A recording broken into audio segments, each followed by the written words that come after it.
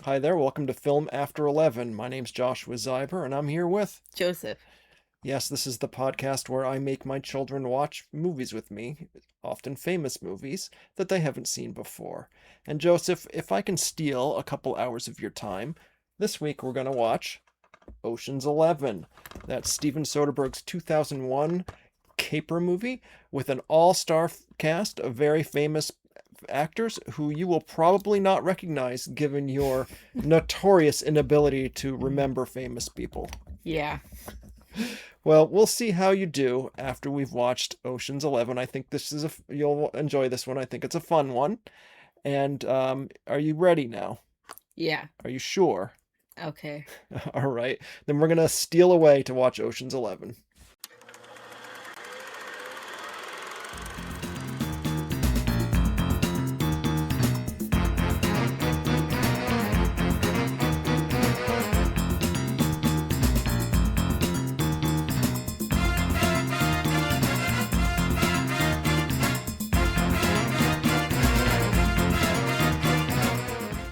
Saul makes 10.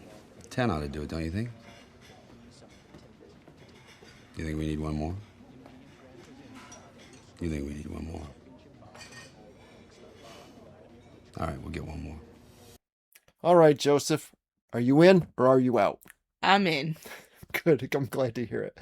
We just watched Ocean's 11, the 2001 version, and I think this gives us a fair amount of things to talk about. Yeah. Just to start, I will mention that this movie is a remake of an older movie, also called Ocean's 11, that was made in the 1960s, and at the time it was famous for starring a whole bunch of huge stars of the era. People you've probably not heard of: Frank Sinatra, Dean Martin, Joey Bishop, Sammy Davis Jr., and others. Those print names probably mean nothing to you, right? Nah. I say that mostly as a trivia note to our audience, and also because, and again, this probably means nothing to you, some of those people have been in this very room that we're speaking in right now, although long before I owned the house. Um, anyway, so this movie likewise starred a whole bunch of very famous people, and you're not very good at recognizing famous people, so I'm going to ask you. You should have at least recognized two of the stars of this movie. So who would that be? Matt Damon. Okay, and what was he in that you've seen? Good Will Hunting. Yes, very good. We didn't do that for the podcast because it has a whole lot of F words in it, but you have seen it. And who else? Um, George Clooney. Okay, and what would you watch with him in it that we have done for this podcast? North by Northwest. Oh my God, no, not even close, Joseph. Aw. That I'm just movie was guessing. made decades ago, dude. I'm just guessing.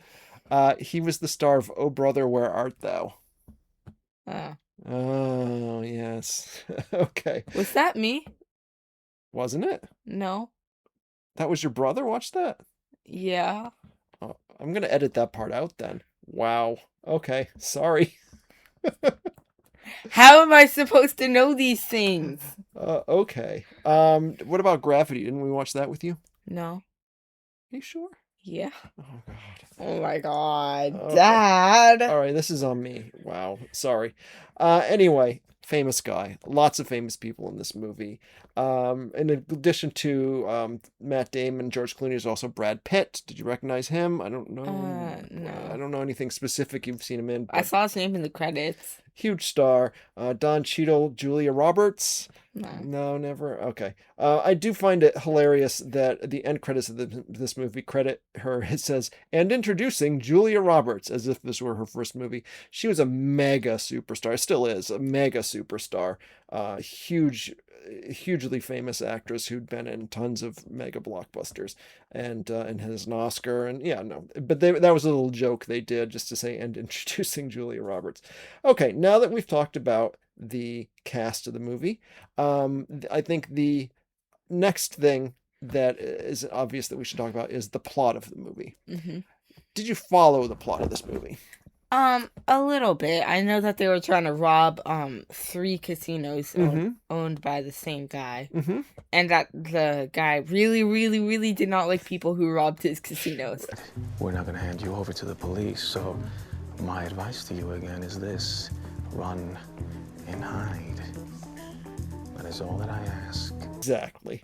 Yep, you got the gist of it. The specifics of the plot, I think, were probably pretty hard to follow, yes? Yeah, it kind of felt like The Fugitive, Mm-hmm. where like at the end it got kind of confusing, but instead of at the end in this movie, it was at the beginning.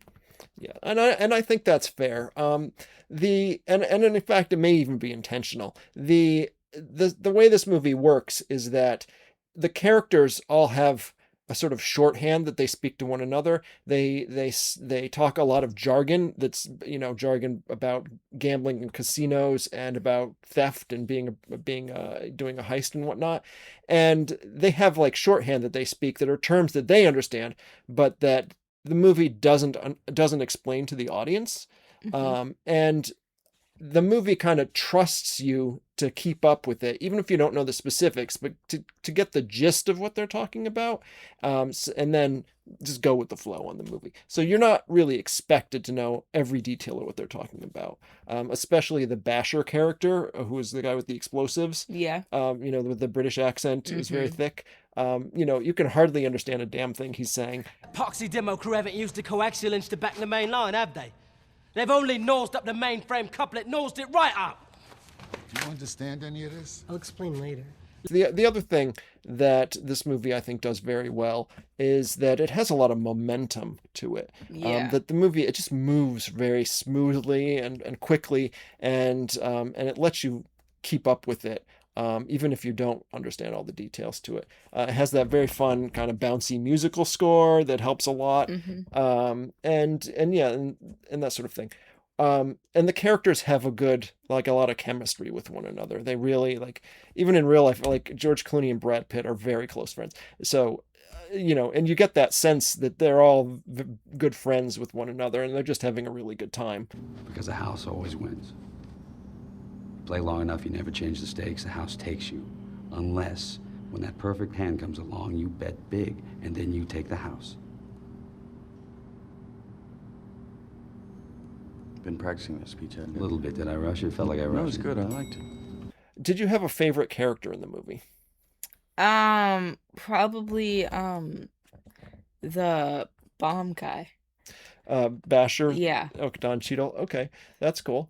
And what was it you liked about him? I just thought he was funny. Yeah, he's a pretty funny guy.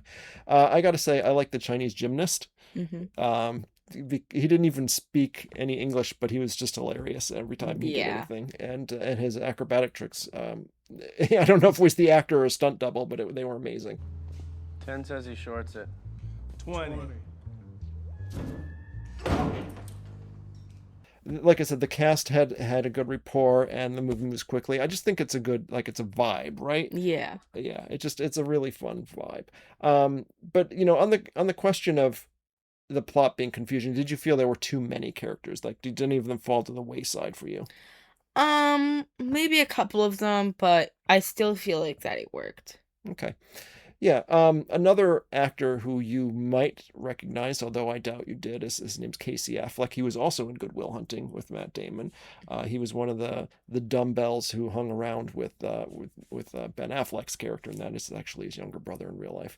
And he was one of the two guys who were bickering all the time in this and making fun of Yeah. each other. And he was the guy who did the remote control car.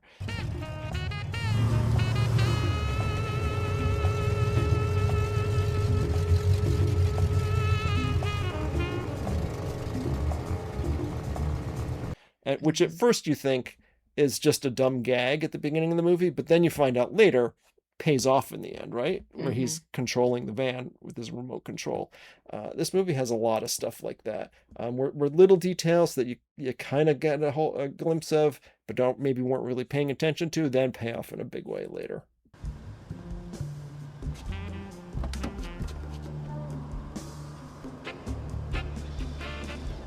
I think since in the interest of it being late, we'll get right to the rating scale here on our podcast of a W to an L. What do you rate Ocean's 11? W. Okay, good. Now this movie actually has 2 sequels, and whereas the original Ocean's 11 didn't. But yeah, this movie was so popular it had 2 sequels, and they're pretty good. I don't know that they're as good as the original, but they're pretty good. And maybe we'll watch them someday. Yeah.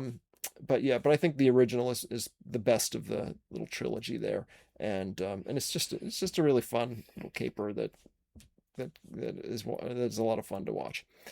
All right, and speaking of fun to watch, if you in the audience enjoyed this content, please like, share, and subscribe, and go back and watch some of our previous episodes because we've done a lot of them, and a lot of those are fun too. In the meantime, we'll do another episode next Wednesday, and remember, the house always wins.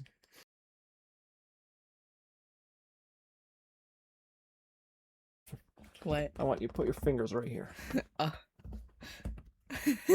Go ahead.